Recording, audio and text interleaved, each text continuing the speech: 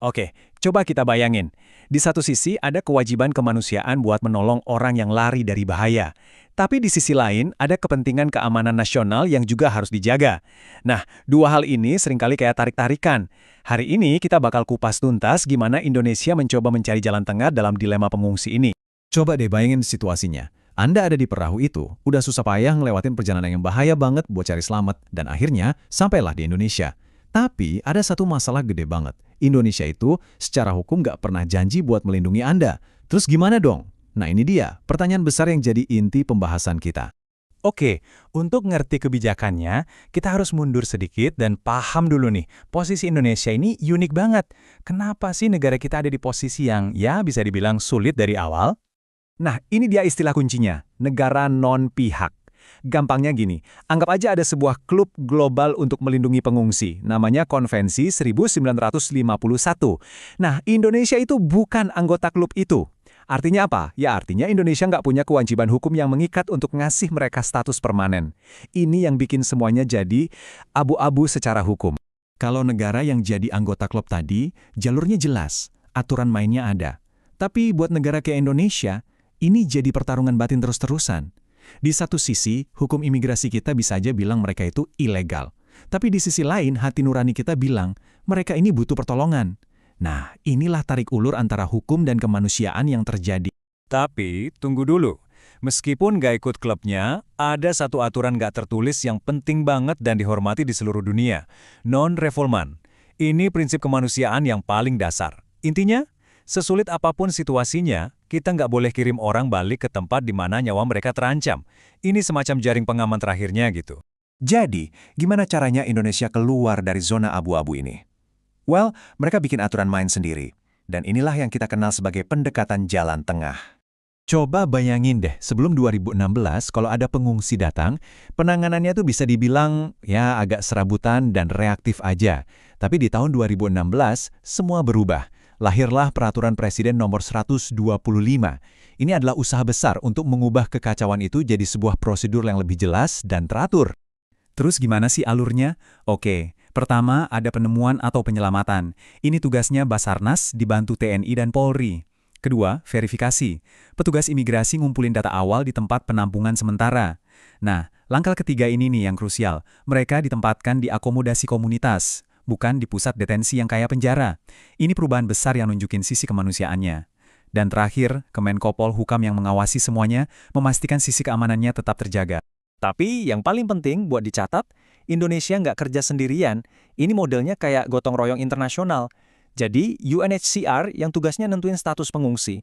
Terus IOM yang ngurus logistik sehari-hari, kayak makanan dan kesehatan. Lalu pemerintah Indonesia perannya apa? Nah, pemerintah kita jadi koordinator utamanya, terutama soal keamanan dan fasilitas. Jadi intinya, Indonesia memfasilitasi, tapi tugas-tugas spesifiknya didelegasikan ke lembaga internasional. Pendekatan Indonesia ini kedengarannya cukup oke kan? Tapi sebuah kebijakan itu baru kelihatan plus-minusnya kalau kita bandingin. Coba yuk kita lirik tetangga kita, Malaysia dan Thailand. Apa yang mereka lakukan? Nah, di sini bedanya kelihatan jelas banget. Kita lihat Malaysia, mereka ada di satu sisi ekstrim. Pendekatannya sangat keamanan sentris. Pengungsi sering dianggap imigran ilegal. Terus di sisi lain ada Thailand, yang lagi coba bangun sistemnya sendiri yang dikelola penuh oleh negara. Dan Indonesia, kita ada persis di tengah-tengah, dengan model kemitraan kemanusiaan yang unik ini. Kita bahas Malaysia sedikit. Di sana situasinya jauh beda. Karena nggak ada kerangka hukum yang jelas, status pengungsi itu ya disamain aja sama imigran ilegal. Akibatnya apa? Mereka hidup dalam ketakutan terus-menerus, takut ditangkap, takut ditahan. Bahkan kartu dari UNHCR pun kadang nggak cukup jadi jaminan.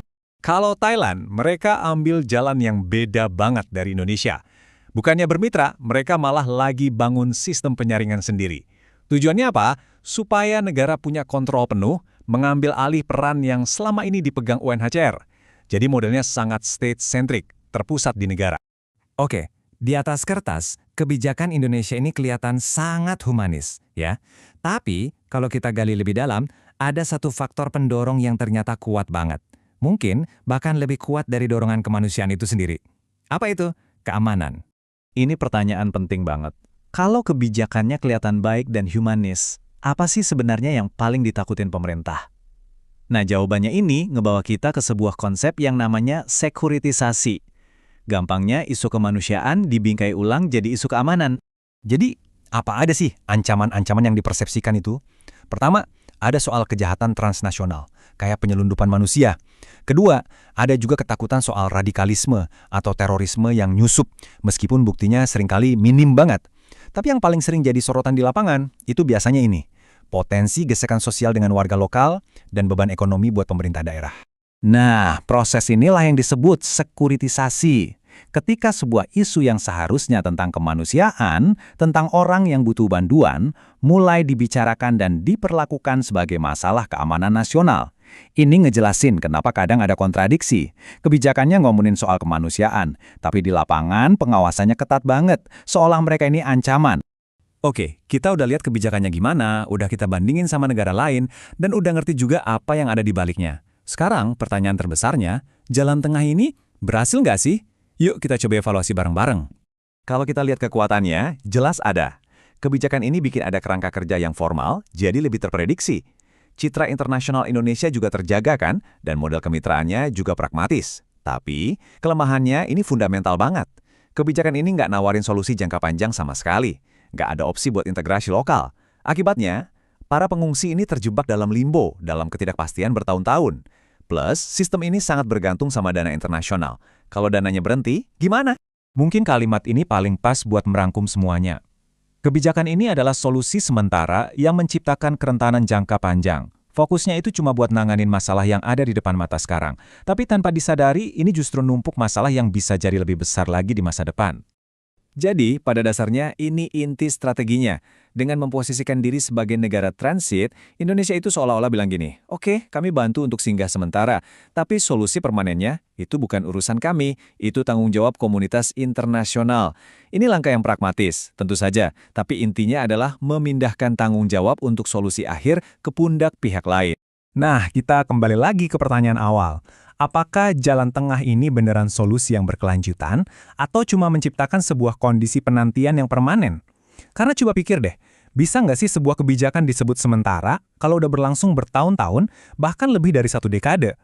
Ini pertanyaan yang nggak cuma buat Indonesia loh, tapi buat seluruh dunia yang lagi sama-sama pusing menghadapi krisis pengungsi global.